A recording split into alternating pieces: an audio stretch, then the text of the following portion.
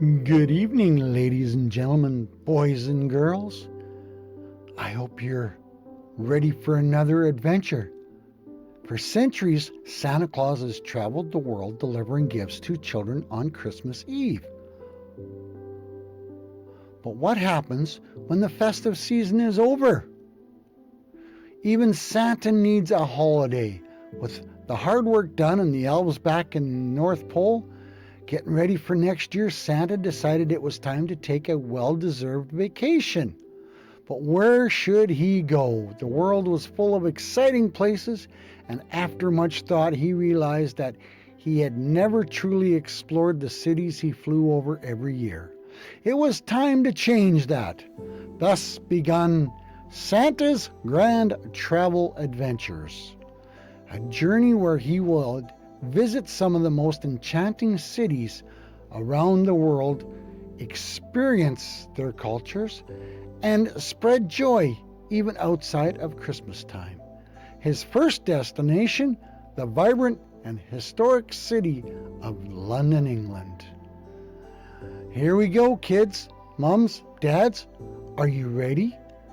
I will have some questions for you at the end where I'm going to need your input. I would love to read your responses.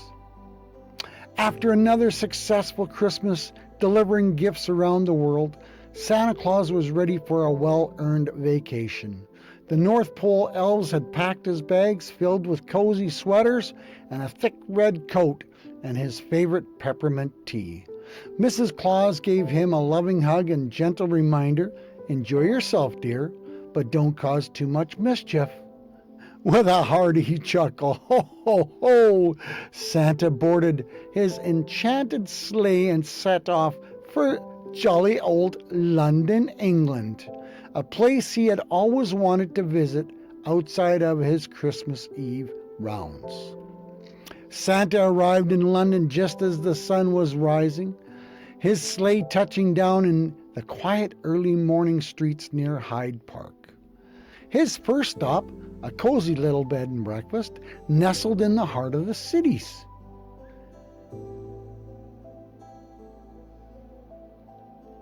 Yes, we're checking out Big Ben here. You can't forget Big Ben. The innkeeper, a cheerful woman named Margaret, was delighted to welcome him. "Oh my, if it isn't Father Christmas himself. You're a bit early for the season, aren't you?" she teased, handing him a key to his room. Santa laughed. "Ho, ho, ho. Even Santa needs a holiday, my dear. Now tell me, where should I start my grand adventure?" "A royal welcome at Buckingham Palace." "Of course. No stop in London, England You can't do it without visiting Buckingham Palace." Santa's first stop was Buckingham Palace, dressed in a thick red coat and a scarf to blend in. Ho, ho, ho, ho! He joined a crowd of tourists gathered to watch the famous changing of the guard. The precision and pomp of the ceremony amazed him, and he couldn't help but chuckle at how perfectly synchronized the guards were, almost as if they had practiced with his North Pole elves. As luck would have it, one of the Queen's officials recognized him, and Santa was invited for a private tour. Isn't that amazing? Santa wandered around the grand halls, admiring the chandeliers, the golden decor, and historic portraits. He even got to sit in a fancy chair meant for royal guests. Even though he nearly knocked over a suit of armor with his belly when he stood up. Ho, ho, ho, ho. Before leaving, he was presented with a small golden trinket, a token of appreciation from the palace staff for bringing joy to the world year after year. Touched by the gesture, Santa promised to always keep London in his heart. Next, Santa decided to experience a proper British afternoon tea at the Ritz. Dressed in his best, he arrived at the Grand Hotel and was seated in an elegant tea room. He marveled at the selection of teas and pastries, warm scones, delicate finger sandwiches, and biscuits that melted in his mouth. "Now this is what I call a treat," he said, sipping his tea with a twinkle in his eyes. As he chatted with fellow tea-goers, a small boy nearly gasped. "Recognize him. Mom, it's Santa!" The whole room fell silent before breaking into laughter and applause. Santa, never one to turn away a good-hearted child, gave the boy a wink and promised, "I'll be sure to check your Christmas list, young lad."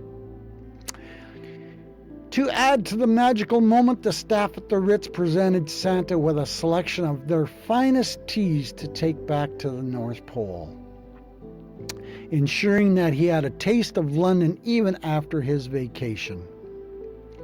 Feeling adventurous, Santa decided to take a ride on the London Eye. He stepped into the glass capsule, slowly rising high above the city.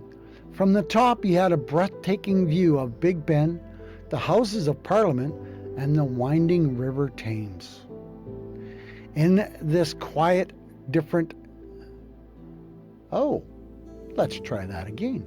"This is quite different from flying in a sleigh," he said, giggling to himself. "But the view is just as spectacular," he mused, stroking his beard. As the wheel turned, he took out his famous nice list, checking it on the children of London. Seeing so many names in the good list filled his heart with joy. A mischievous counter! No trip in London would be complete without visiting Hamley's, one of the world's oldest and largest toy stores. Santa wandered inside, his eyes lighting up like a child as he explored the shelves stacked with teddy bears, trains, and magical gadgets. An unsuspecting guest shop assistant approached, offering to help. "Looking for something special?" she asked. "Ho, ho, ho!" Santa chuckled, picking up a stuffed reindeer. "Oh, just browsing for ideas. You see, I have some experience in the toy business." Soon children gathered around as Santa playfully tested out remote-controlled cars, juggling elves, and magic kits. Before leaving, he bought a sack full of toys and quietly donated them to a local children's charity. As Santa strolled down the cobbled streets near Covent Garden, he received a mysterious invitation. "Santa, you're invited to a special performance of A Christmas Carol at the Globe Theatre." Intrigued, he followed the address to the famous Shakespearean Globe, where he found himself in a magical retelling of Charles Dickens' classic story.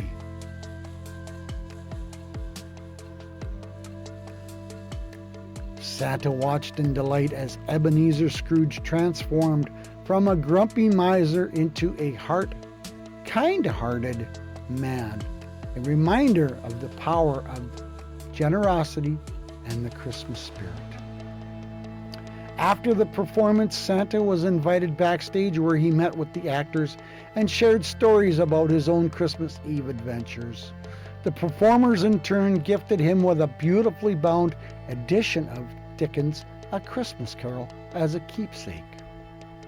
After a long day of adventures, Santa craved a hearty meal. He stopped at Ye Olde Cheshire Cheese, a historic pub visited by legends like Charles Dickens and Mark Twain. He ordered a plate of fish and chips, and of course a piece of warm shepherd's pie.